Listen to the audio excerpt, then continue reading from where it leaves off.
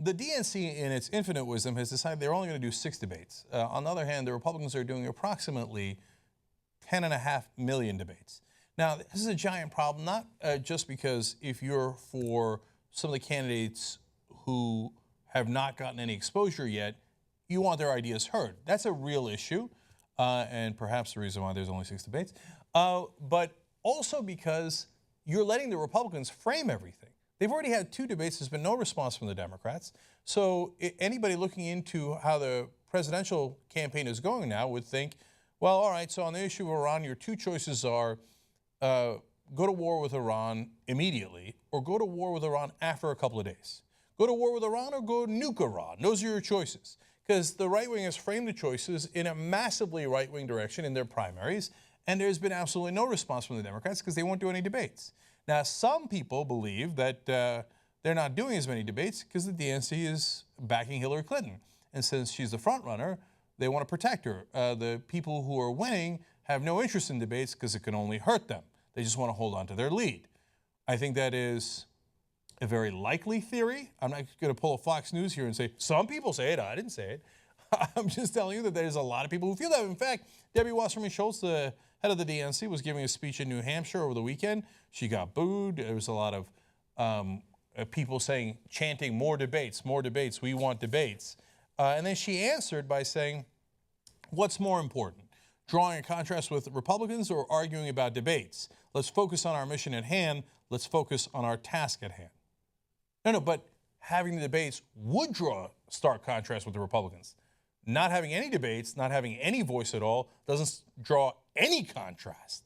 So that excuse is super weak sauce. That doesn't make any sense at all. And by the way, understand this other thing. Those debates are an enormous free media. It's the equivalent of tens of millions of dollars in free advertising. The more debates the Republicans have, the more advertising the Republican Party has. The less debates Democrats have, the less advertising they have. The less chance they have to have a megaphone where they can speak to the American people.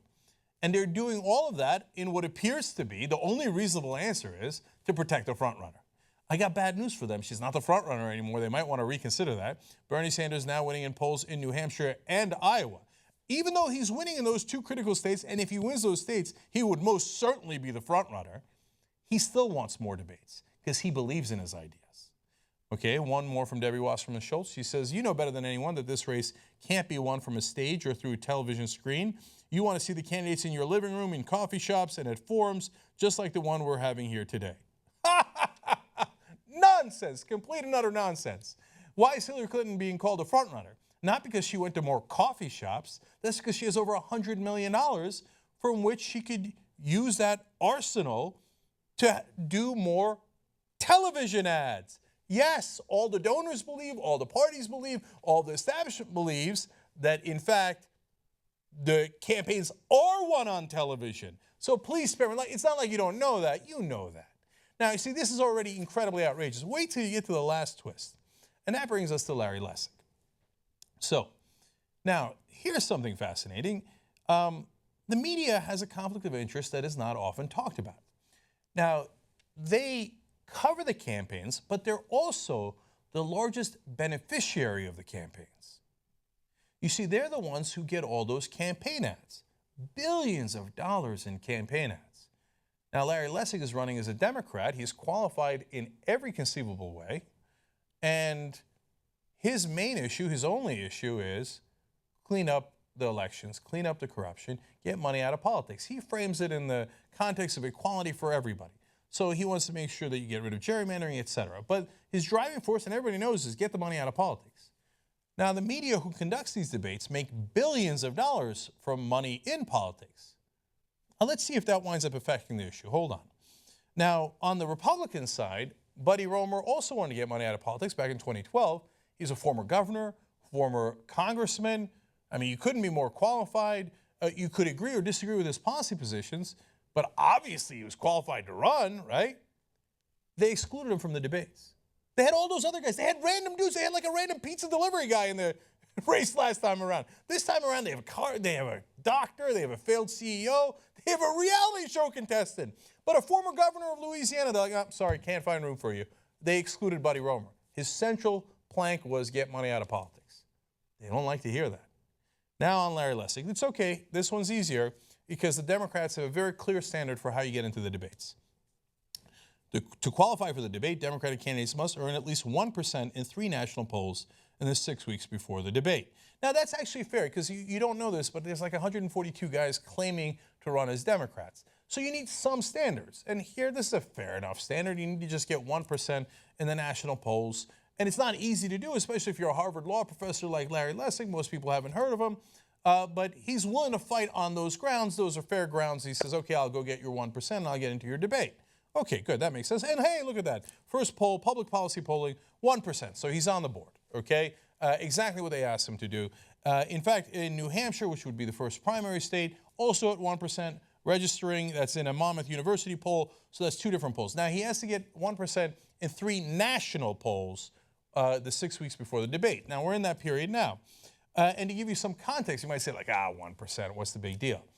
Well, Scott Walker was at 0%, and he was in all the debates. Okay, now that's less than 0.5%. Now, Scott Walker happened to drop out of the race coincidentally today, but there are many Republican candidates that are under 1%, 1% or less. Bobby Jindal, the list goes on and on and on.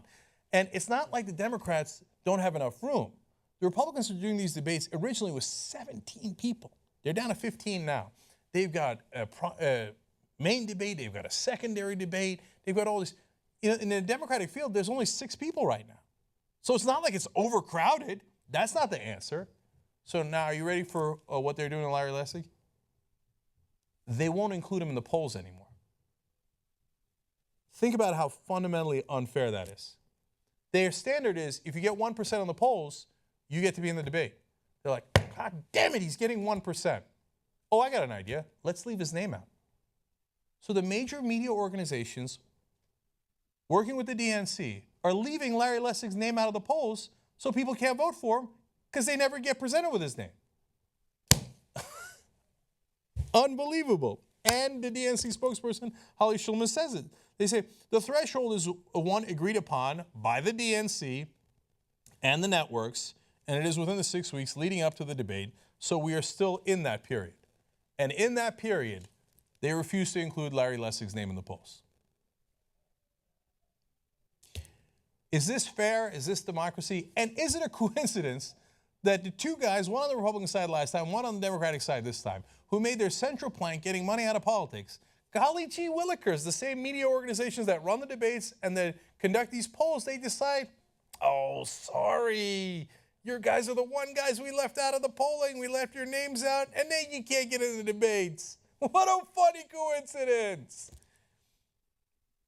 Okay, here's what you need to do if you're interested in fairness and a real debate of ideas, and you believe that whoever's the best candidate will win that battle of ideas. You should roar at the DNC and those media organizations and say, for God's sake, we asked for a real debate. Give us one. We're the voters. We're supposed to be the people that you are appealing to. We're supposed to be the people you're serving. You're supposed to be our representatives. Well, then represent our true voice. Let everybody who qualifies in the debate, put them in the polls, give everybody a fair chance. So far, the Democratic National Committee has done no such thing. And if you're a Democrat, you should be outraged by that. Young Turks.